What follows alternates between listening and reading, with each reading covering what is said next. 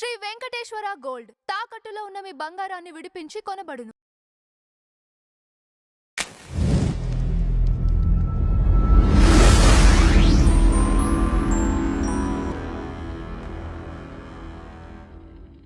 నమస్కారం నాగార్జున గారు. నమస్తే అంజీ గారు. సో ఇప్పుడు అమరావతి గెజెట్ కు సంబంధించి డిసెంబర్లో బిల్లు ఉంటుందని రైతులకు సిఆర్డిఏ కమిషనర్ తెలియజేయడం జరిగింది. ఒకటే అంజీ గారు, మామూలుగా చెప్పాలి అంటే ఏంటంటే, ఒక గజెట్ ఉంటేనే అది ఒక రాజధానిగా గుర్తింపబడటం అనేటువంటిది ఏంటంటే అది కంపల్సరీ ఏం కాదు. అమరావతి 2014-19 మధ్యలో శ్రీకృష్ణ కమిషన్ అనేటువంటిది అంతకుముందు రిపోర్ట్ ఇచ్చి పలానా చోట మనం అమరావతి అనేటువంటిది ఇక్కడ ఎస్టాబ్లిష్ చేయాలనేటువంటిది రాష్ట్ర ప్రభుత్వం నిర్ణయం తీసుకొని కేంద్రానికి తెలియజేసి కేంద్రం నిధులు ఇచ్చి చాలా వరకు కొంత పని అక్కడ జరిగినప్పుడు ఏంటంటే అదే రాజధాని. కానీ ఆంధ్ర రాష్ట్రంలో కొన్ని ప్రత్యేక పరిస్థితులు భారతదేశ చరిత్రలో ఎప్పుడూ జరగనటువంటి అనేక ఘట్టాలు, అనేక సంఘటనలు మన ఆంధ్రప్రదేశ్లో జరిగినాయి. జగన్మోహన్ రెడ్డి గారు ముఖ్యమంత్రి అయిన తర్వాత ఉన్నటువంటి రాజధాని రోడ్లు గీడ్లు వేసి కొంత ఇన్ఫ్రాస్ట్రక్చర్ రెడీ చేసి కొన్ని బిల్డింగులు కట్టి కొన్ని బిల్డింగులు ఫినిషింగ్ స్టేజ్ దాకా వెళ్ళిన తర్వాత కూడా ఈ రాజధాని ఇక్కడ బీకేసి నా ఇష్టం వచ్చిన తోట పెడతానని మానవ మాత్రుడు మనిషి అనేటువంటి వాడు అంటాడని ఎవరు ఊహించలేదు. ఈవెన్ రాజ్యాంగ నిర్మాతలు కూడా ఊహించండు. కానీ అలాంటి ప్రత్యేక పరిస్థితి ఇక్కడ వచ్చి రైతులలో పెద్ద ఎత్తున వేలాది మంది రైతులు రోడ్డును పడ్డటువంటి సందర్భంలో ఏంటంటే దానికి ఒక చట్టబద్ధత కల్పించాలి అనేటువంటిది ఏంటంటే ఒక కేంద్ర ప్రభుత్వం దీంట్లో ఒక గెజిట్ అనేటువంటిది చేస్తే అఫీషియల్ గా అథెంటిక్ గా ఉంటుంది అనేటువంటి రైతుల యొక్క ఆకాంక్ష. చంద్రబాబు నాయుడు గారు గెజిట్ లేకపోయినా మొత్తం ఈ 3.5 సంవత్సరాల్లో మొదలుపెట్టినటువంటి ఐకానిక్ బిల్డింగ్స్ మిగతావి ఇక్కడ కట్టిన తర్వాత ఇది కాదు నేను ఇంకో చోటకి పోతాననేటువంటిది మెడమే తలకాయ ఉన్నటువంటి ఏ వ్యక్తి భావించరు.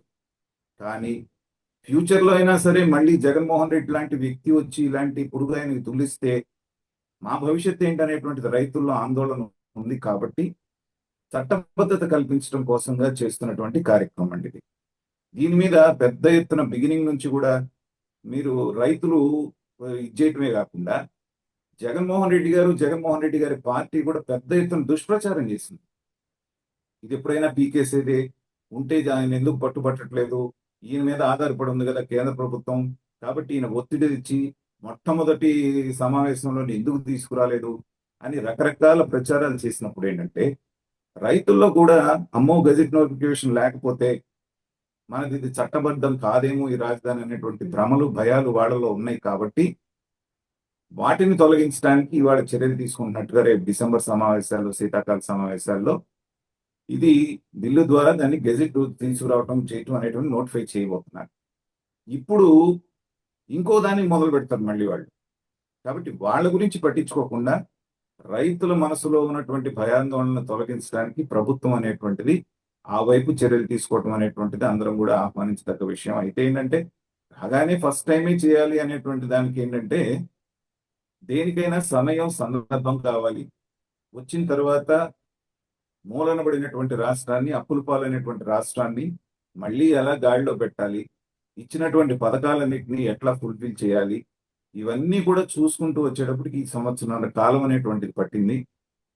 మళ్ళీ రైతులకు రెండో విడత కూడా వేయబోతున్నారు. కాబట్టి ఇలాంటివన్నీ అయిన తర్వాత ఇప్పుడు ఇందాక నేను అన్నట్టుగా ప్రజలకి ముఖ్యంగా అమరావతి ప్రాంతంలో ఉన్నటువంటి రైతులకి భరోసా కల్పించడానికి ఈ చర్య తీసుకుంటున్నారు.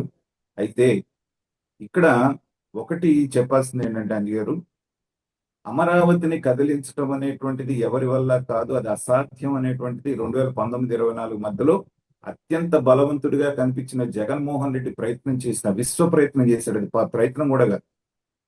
మనం చూసాం కదా, సంక్రాంతికి వెళ్తాను నేను, ఉగాదికి వెళ్తాను, దసరాకి వెళ్తాను, దీపావళికి వెళ్తాను విశాఖపట్నం అని చెప్పినప్పటికీ కూడా ఇంచి కూడా అక్కడి నుంచి కదిలించేటువంటి పరిస్థితి లేదు. చట్టబద్ధత లేనప్పుడే అతని వల్ల కాలేదు. ఎందుకంటే ప్రభుత్వం అనేటువంటిది ఒక హామీ ఇచ్చిన తర్వాత దానికి చట్టబద్ధత అనేటువంటిది ఉన్నది. అది ఆ విషయంలోనే కోర్టు గట్టిగా వాళ్ళని పట్టుకున్నది. ఎందుకు పట్టుకుంది? మీరు